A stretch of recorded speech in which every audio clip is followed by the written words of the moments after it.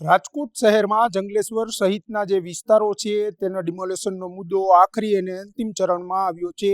ત્યારે જંગલેશ્વર વિસ્તારના કહી શકાય કે રાધાકૃષ્ણનગર, એકતાનગર તેમજ જંગલેશ્વરથી શેરી નંબર 1 થી 30 સહિતના જે વિસ્તારો છે તેને મનપા દ્વારા જે છે કહી શકાય કે જે ડિમોલેશનની નોટિસ છે તે આપવામાં આવી હતી। અત્યારે આપણે હાલ રાધાકૃષ્ણનગરમાં આવી પહોંચ્યા છીએ। જે રહેવાસીઓ છે તે ઘણા કહી શકાય કે ભયના જે ઓઠા હેઠળ છે તે જીવી રહ્યા છે। આપણી સાથે અહીંના સ્થાનિક છે, આપણે તેમની સાથે સીધી વાત કરવાનો પ્રયાસ કરીશું। બા, શું નામ છે તમારું? રોશનબેન।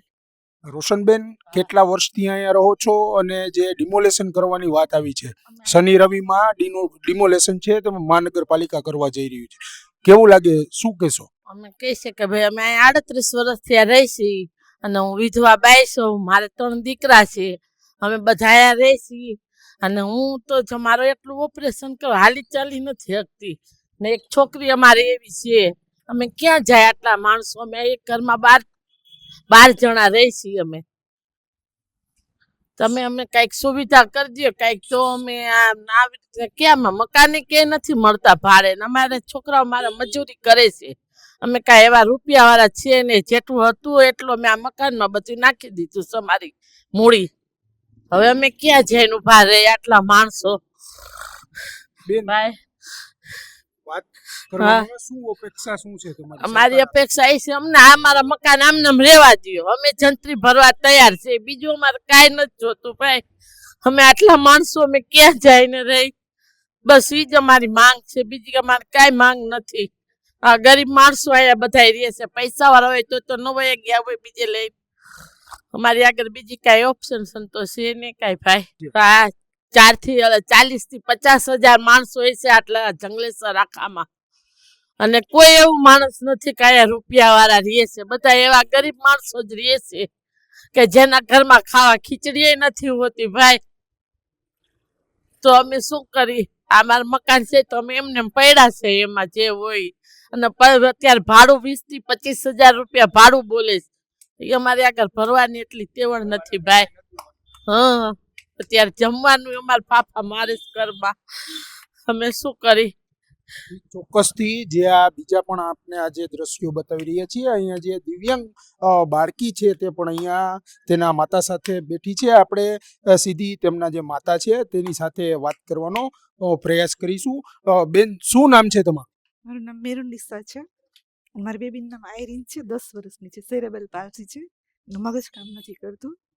બેન, તંત્ર દ્વારા એક નોટિસ છે તે આપવામાં આવી હતી અને શનિ અને રવિવારે આ જે ડિમોલેશન છે તે કરવાનું છે, જે આખરી અને અંતિમ નિર્ણય છે તે મહાનગરપાલિકા દ્વારા લેવામાં આવ્યો છે, શું વેદના શું છે તમારી? વેદના એ એક છે કે આ બેબી હું ઉપર રહું છું, બીજા માળે ત્યાંથી અહીંયા આવું અને મારી બેબીને લઈને દવાખાને જવું બહુ મોટી પ્રોબ્લેમ છે, અને અમે અહીંયા રહીએ છીએ ને, હું તો અહીંયા 12 વર્ષથી આવી છું, અમારું આ મકાન લોકો 38 વર્ષ પહેલાંનું છે ને અમારું કહેવાનું એમ છે કે અહીંયા નહીં અમને રહેવા દે તો વધુ સારું। એનું કારણ છે કે મારે એક બેબી છે, બીજું કોઈ બાળક છે નહીં, તો એને આવવા જવામાં દવાખાને જવામાં તકલીફ છે અમારે, તો આ અમારી ઈચ્છા છે, માંગ છે કે આ મકાન અમને અહીંયા રહેવા દો, અમને અહીંયા રહેવા દો, બાકી અમારી કોઈ ઈચ્છા નથી, એમ કહેવાનો મતલબ એમ છે।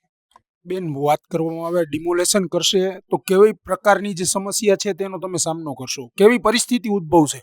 એવું છે કે ભાડે મકાનનો પ્રશ્ન છે, એક તો અમારો પ્રોબ્લેમ છે, અમારે કંઈ એવું બિઝનેસ છે ને, અમે લોકો મજૂર માણસ છીએ, અને અમારે છે ને આ બધા 3 ભાઈઓ છે ને બધાની પોઝિશન મીડિયમ જ છે, ભાડે રહેવા માટે મકાન નથી મળતા, અને બીજો નંબરમાં એવું છે કે ભાઈ મકાન લેવાની અમારે કોઈ છે નહીં, અમારામાં કોઈ એવી તાકાત નથી કે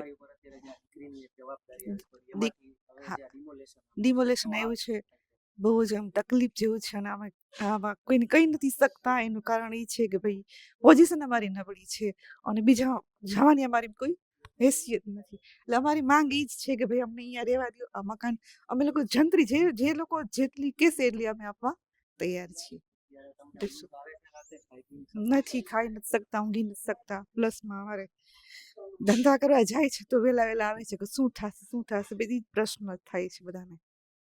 જી ચોક્કસથી આ જંગલેશ્વર વિસ્તારના રહેવાસીઓ હતા, જે રાધાકૃષ્ણ સોસાયટીના જે રહેવાસીઓ છે તે હતા. પોતે કહી રહ્યા છે કે જંત્રી ભરીને જે સોસાયટી છે તે રેગ્યુલાઇઝ કરી આપો. અન્ય જે બીજી વાત કરીએ તો જે લોકો છે તે પણ અહીંયા ક્યાંક ને ક્યાંક જે તંત્રના આખરી અને અંતિમ નિર્ણયથી ત્રાહિમામ પોકારી રહ્યા છે. યુવરાજ ચૌહાણ સાથે સહયોગી પ્રતિપાલ સિજાલા, ફૂલછાપ ડિજિટલ, રાજકોટ.